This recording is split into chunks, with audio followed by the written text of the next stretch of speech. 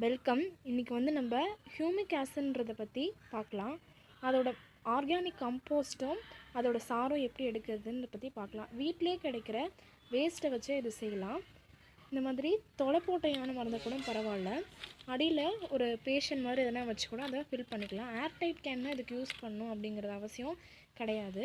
இந்த மாதிரி உங்களுக்கு கடைகளில் புனல் கிடைக்கும். புனல் கிடைக்கலனா வேஸ்ட்டு ஜல்லடை வச்சுக்கலாம்.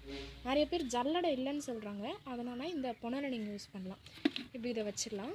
வச்சுட்டு இந்த கேப்பை ஃபில் பண்ணுறதுக்காக நீங்கள் வந்து தேங்காய் வச்சுருக்கீங்கல்ல, அந்த பஞ்சை வந்து நீங்கள் இந்த கேப்பில் நல்லா வச்சிடலாம். இந்த மாதிரி வச்சுட்டு நம்ம வீட்டில் டெய்லி கலெக்ட் பண்ணி வச்சிட்ருக்க காய்கறி தூள் ஒரு நாளும் இதில் ஃபில் பண்ணிகிட்டே வரலாம். நம்ம சேர்த்து வச்சு போடணும்லாம் அவசியம் இல்லை.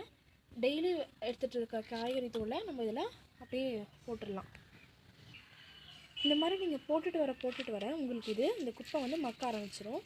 மோஸ்ட்டாக இதில் வந்து ஈரமான குப்பைகள், அதாவது வந்து இந்த வெங்காயத்தோல் அதெல்லாம் போடலாம். வெங்காயத்தோல், பூண்டுத்தோல் அதெல்லாம் ரொம்ப ஈஸியாக நிறைய பயன்படுத்தலாம். தக்காளி அந்த மாதிரி தண்ணி விடக்கூடிய பொருள் வந்து நம்ம நல்லா காய வச்சு போட்டோன்னா ரொம்ப பலனாக இருக்கும். ஏன்னா இதில் வந்து ஈரமாக நீங்கள் போடும்போது வேறு எதனா புழுக்கள் வந்து உருவாக ஆரம்பிச்சிடும். அது வந்து நம்ம செடி வளர விடாது. நல்ல பாக்டீரியா கிடையாது அதெல்லாம். ஸோ இப்போ இந்த மாதிரி நீங்கள் வச்சிட்டிங்கன்னா உங்களுக்கு இந்த புனல் ஓட்டுற வழியால் உங்களுக்கு வந்து கருப்பு கலரில் சாரும், மேலே வந்து இது மக்க கருப்பு கலரில் மண்ணும் உங்களுக்கு வரும். அது எப்படி இருக்குன்றதை நான் உங்களுக்கு காமிக்கிறேன். இப்போ வந்து இது வந்து அதோட சாறு. இது வந்து ஒரு மாதிரி ப்ரௌனிஷும் இல்லாமல் பிளாக்கும் இல்லாமல் இருக்கும். இதை வந்து நம்ம டெய்லி செடிக்கு காலையில் டீ மாதிரி பயன்படுத்துகிறோம் அப்படின்னு நிறையா இதில் சொல்கிறாங்க.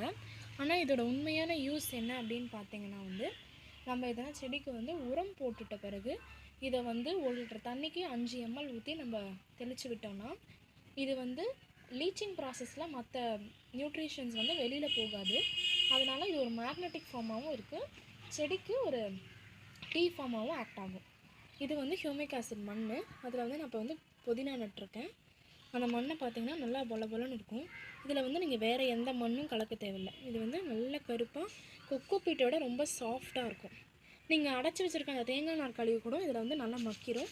நீங்கள் வேறு எதுவும் தேங்காய் நார் கழிவு போடணுன்னு கூட அவசியம் இல்லை. தேங்காய் நார் கழிவு போட்டிங்கன்னா கொஞ்சம் மக்க டைம் ஆகும். நல்லா அந்த பவுடர் ஃபார்மாக இருக்கிறத நீங்கள் கூட வேணும்னா உங்களுக்கு நீங்கள் ஆட் பண்ணிக்கலாம். தேங்க்யூ.